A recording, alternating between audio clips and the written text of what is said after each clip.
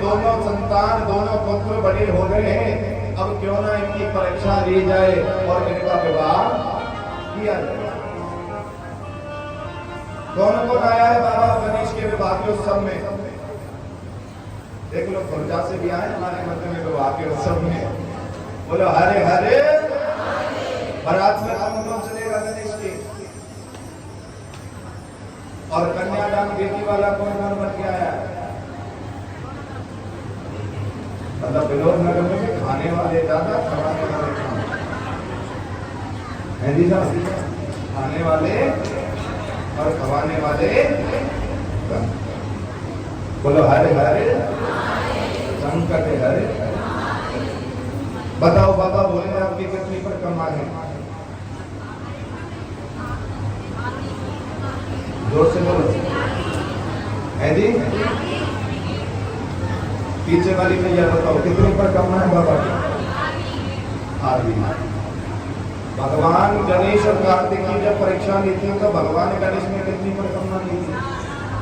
है जी? फिर गणेश पागल था या तुम लोग पागल? बोलो।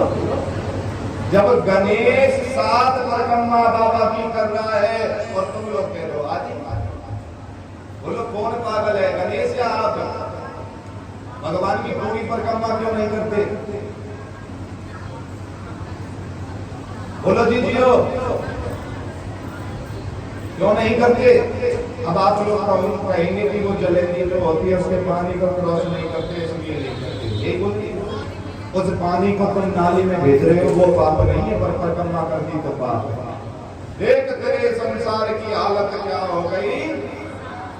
मतलब नाली पार करोगे तो पाप है, और वो चढ़ा हुआ पानी अगर नाली में चला गया तो वो पाप नहीं है। क्या पाखंड रचाया है लोगों ने। हमारे शास्त्रों को कितना जो है बदल दिया लोगों ने। भगवान शंकर की 7 ही परिक्रमा होती है। कितनी? 7। पर आज के समय इस कलयुग में मेरे शंकर बाबा की एक भी परिक्रमा नहीं। बोलो क्यों? हाँ जी, हाँ जी। क्योंकि जब मेरे भगवान ने, मेरे बाबा भोलेनाथ ने परीक्षा ली अपने दोनों बच्चों की, तो कहा कि जो पृथ्वी का चक्कर लगाकर पहले आएगा उसे मैं सर्वश्रेष्ठ बनाऊंगा और उसी का मैं विवाह कराऊंगा। कार्तिकेय जी ने सुना तो कार्तिकेय जी तो अपने मोर पर बैठे और चल दिए परिक्रमा लगाने। और मेरा गणेश, उसने क्या सोचा? उसने कुछ नहीं सोचा। वो पहले माँ बाप की परिक्रमा लगाने लगा, माता पिता की परिक्रमा लगाने लगा। और जैसे ही माँ बाप की 7 परिक्रमा लगाई तो भगवान शंकर बड़े प्रसन्न हुए। बोले गणेश, लोग तो बुद्धिमान कहते ही हैं तुझे, पर तूने आज चतुराई का भी दिखा दिया, इसलिए तू सभी देवी देवताओं में श्रेष्ठ है। और आज के बाद मेरे गणों का भी तू मंत्री है, गणों का भी तू राजा है। और संसार में कभी यज्ञ पूजा पाठ दान पुण्य कुछ भी शुभ कार्य मंगलकार हुए, गणेश तेरी पूजा। अब तो इतना ही कहा कि माता पार्वती को क्रोध आ गया। इसको पार्वती माँ को क्रोध आया। पार्वती माँ ने कहा कि बाबा ये तुमने ठीक नहीं किया, तुमने 2 बेटों में अंतर कर दिया, तुमने 2 बेटों में भेद कर दिया। तुम अपना प्रश्न देखो, तुमने कहा पृथ्वी का चक्कर, तुमने ये नहीं कहा पृथ्वी स्वरूप का चक्कर। हम तो पृथ्वी स्वरूप हैं। तो गणेश ने अपनी चतुराई दिखाई, पर कार्तिक का क्या दोष था? उसे पहले परिक्रमा करके आने देते, उसके बाद निर्णय लेते कौन बड़ा है कौन। बिगड़ उसके तुमने ये निर्णय ले दिया। बाबा ये तुमने ठीक नहीं किया, ये तुमने दोनों बच्चों में भेद किया है, ये तुमसे गलत हो गया।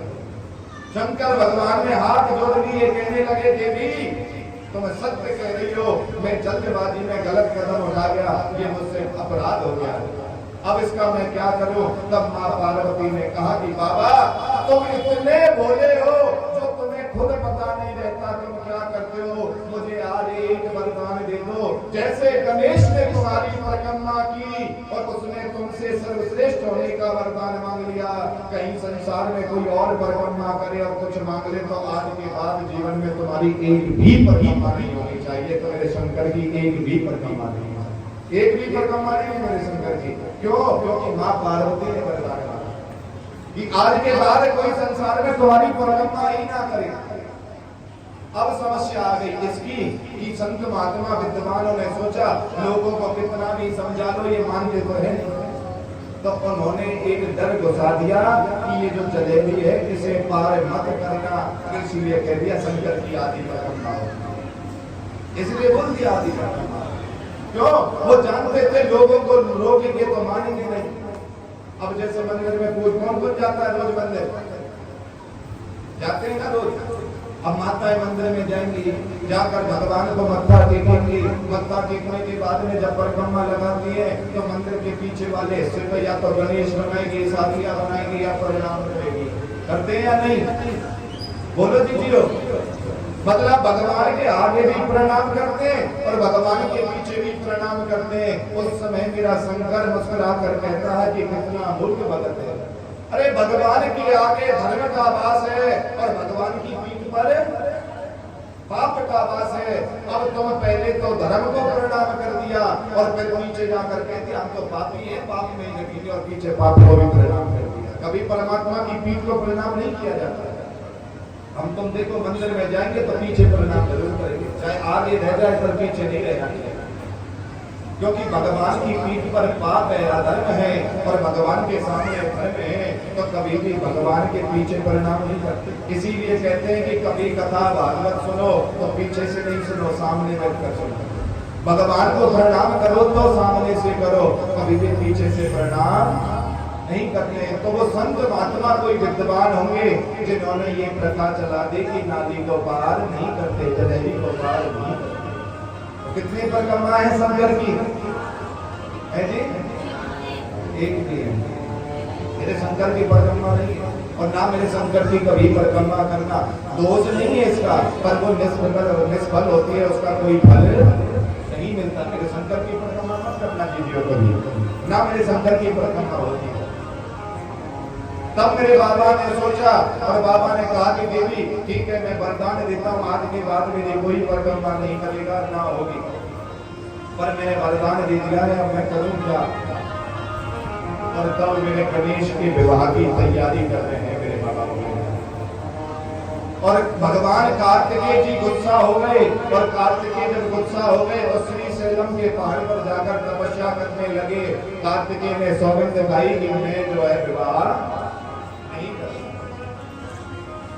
और कार्तिकेय जी जब गुस्सा हो गए श्री शैलम में चले गए। वहां पर मल्लिकार्जुन राम का भगवान का प्राकट्य हुआ। बोलो मल्लिकार्जुन भगवान की।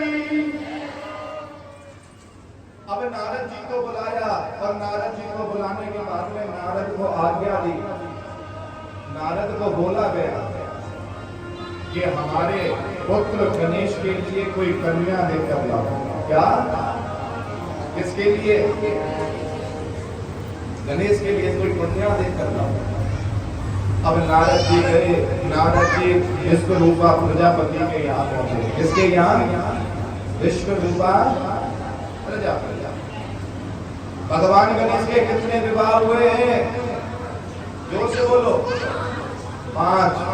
2 नहीं है, 5 विवाह हुए। विश्वरूपा प्रजापति के यहाँ पहुंचे, उनसे कहा कि राजन तुम्हारी 2 बेटी हैं, आप एक काम करो ना, इनका विवाह कर दो। अब वो राजा बोले, विश्वरूपा बोले कि प्रभु मैं तो विवाह कर दूं, पर मेरी दोनों बेटी अपनी शर्तें रखती हैं। बोले क्या शर्तें हैं? बोले जाकर खुद पूछ लो।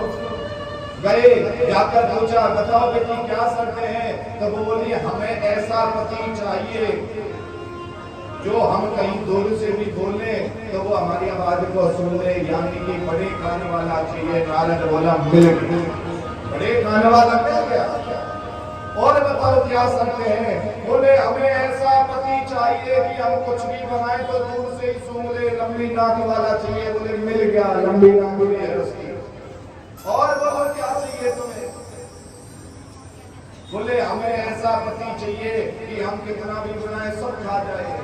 बोला वो भी मिल गया, मोटे पेट वाला चाहिए, मोटा पेट भी है उसका। बोले और कैसा चाहिए? पर हमें ऐसा पति चाहिए जो बुद्धि में बहुत चतुर हो। बोले वो भी मिल गया बेटी, और बताओ? पर हमें पति ऐसा चाहिए जो हम दोनों से विवाह करे, हम दोनों एक ही पति रखेंगे। बोले वो भी काम हो गया। पर जाकर बोले बाबा से, मैं बाबा बारात की चढ़ाई करो, तुम्हारे लिए बहू ढूंढ कर आ गया। बारात की चढ़ाई करो। और मेरे बाबा भोलेनाथ वो आशीश्वर महादेव अपने छोटे बेटे गणेश की बारात की चढ़ाई कर रहे हैं। सोच कर देखो, पर माँ बापों को कितनी प्रसन्नता होती है जब माँ बापों की बच्चों की शादी। आजकल के माँ बाप तो बेचारे शादी की खुशी पर मनाते नहीं, पर मनाने की खुशी जरूर मनाते हैं। मनाना जानते हो? कोई भी शादी कर लो, जब तक कोई नाराज ना हो तो शादी में आनंद नहीं है। कभी बुआ नाराज, कभी भूपा नाराज, कभी मम्मी नाराज, कभी कोई नाराज। वो माँ बाप तो बेचारे मनाने में लग जाते हैं। उनको तो यही होश नहीं रहता कि कब विवाह हो जाए, कब नहीं होता। बोलो हरे हरे शंकर हरे